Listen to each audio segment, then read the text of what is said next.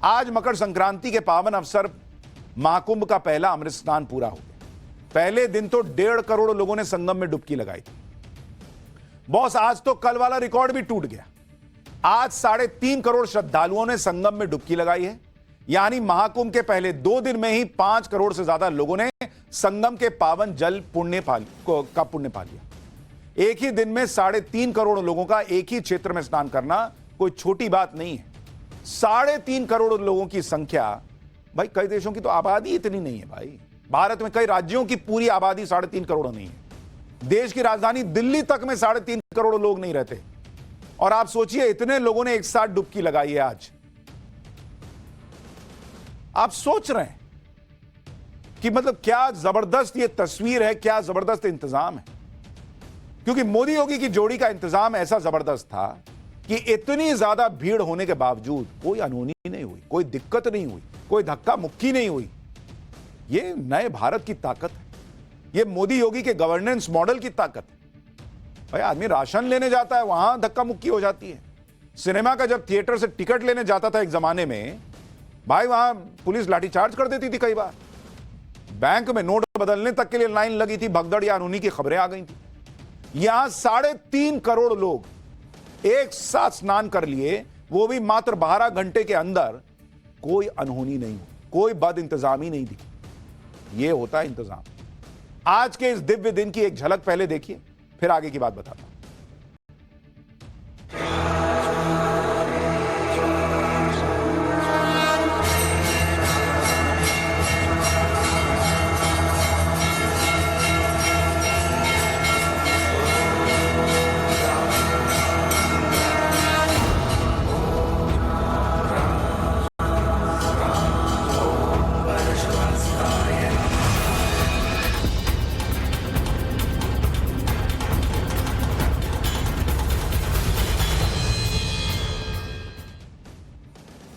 अमृत स्नान पर आज जितने भी साधु संतों ने आस्था की डुबकी लगाई, उनके लिए महाकुंभ में उनके जीवन का पहला और आखिरी अमृत स्नान होगा।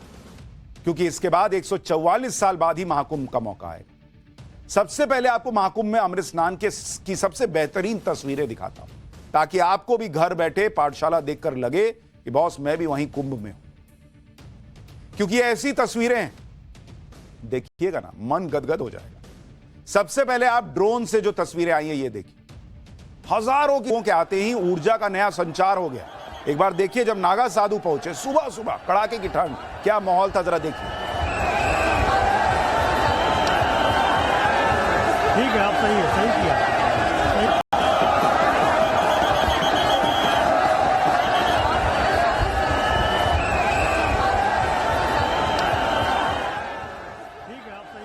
अब तस्वीर नंबर 3 देखिए। संगम के तट पर पहुंचने के पास नागा साधुओं का जबरदस्त उत्साह देखने को मिला। जब वो तट पर पहुंचने लगे, वो संगम तट की तरफ दौड़ने लगे। ये उनकी तस्वीरें देखिए।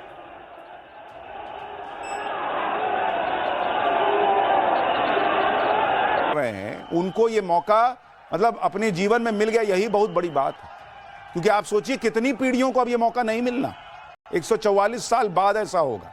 इसलिए आपको एक एक तस्वीर पाठशाला में दिखा रहा हूं कि अगर आप स्नान नहीं भी कर पाए अमृत स्नान, तो लगना चाहिए कि बॉस मैं भी इसमें शामिल था। एक और वीडियो, साधु संतों ने अमृत स्नान किया। सुबह सुबह भयंकर ठंड में वहां कैसा माहौल था, उसकी तस्वीरें देखिए। घोड़े और रथ पर सवार होकर अखाड़े के साधु संत संगम की तरफ जा रहे हैं।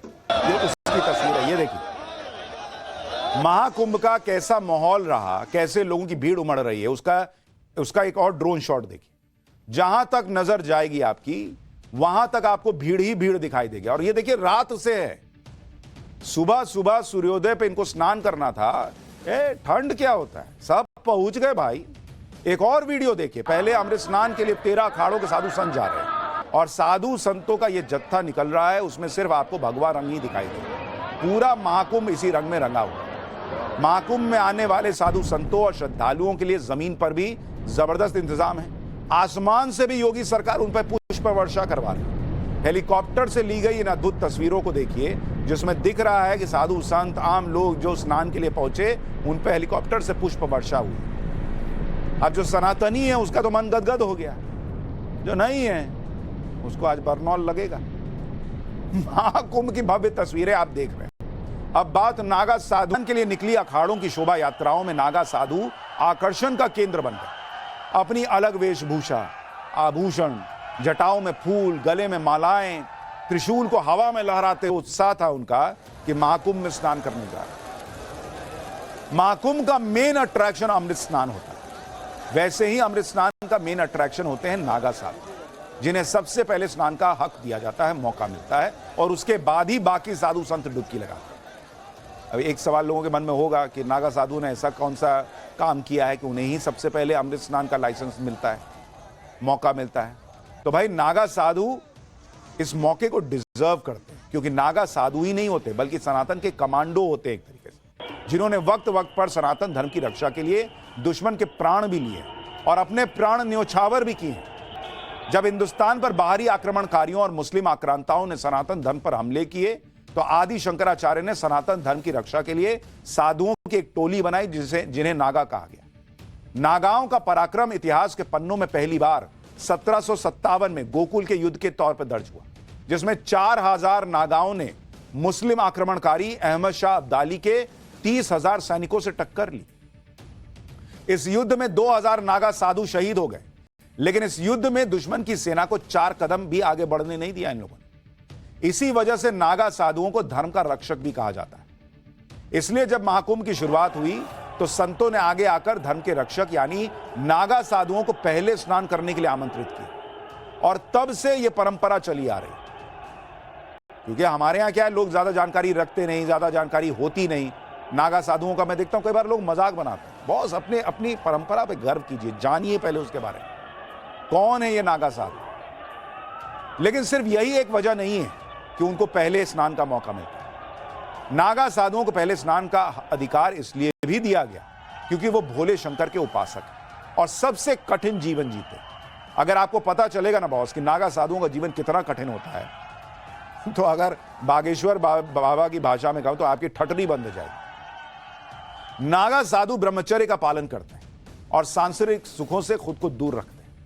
नागा साधुओं का मानना है कि व्यक्ति निर्वस्त्र दुनिया में आता है, इसलिए नागा साधु जीवन में कभी कपड़े नहीं पहनते। नागा साधु दिन में सिर्फ एक बार ही भोजन करते हैं और वो भोजन भी भिक्षा मांगकर करते हैं। सोने के लिए भी नागा साधु किसी बिस्तर का इस्तेमाल नहीं करते, बल्कि हमेशा जमीन पर सोते हैं। नागा साधु जीते जी खुद का श्राद्ध और पिंडदान कर देते हैं, जीते जी। नागा साधु अपने अजब गजब मेकअप की वजह से भी लोगों का ध्यान खींचते हैं। आपने आज भी नोट किया होगा, अमृत स्नान के दौरान नागा साधु एक अलग ही रंग में दिखे। यही नागा साधुओं की पहचान है। जिस तरह हिंदू धर्म में सुहागिन महिलाओं का 16 श्रृंगार करना जरूरी माना जाता है, वैसे ही नागा साधुओं की जो वेशभूषा होती है वो 16 तो नहीं है, वो 17 श्रृंगार की होती है। इन 16 श्रृंगारों में शामिल होता है या 17 श्रृंगारों में शामिल होता है लंगोट, शरीर पर भस्म, रुद्राक्ष, पैरों में लोहे या चांदी का कड़ा, हाथों का कड़ा, अंगूठी, पंचकेश यानी गुथी हुई जटाएं, कुंडल, काजल, चंदन का टीका, सिर पर मुकुट, फूलों की माला, त्रिशूल, डमरू, चिमटा, कमंडल और डंडा। ये 17 श्रृंगार इनका है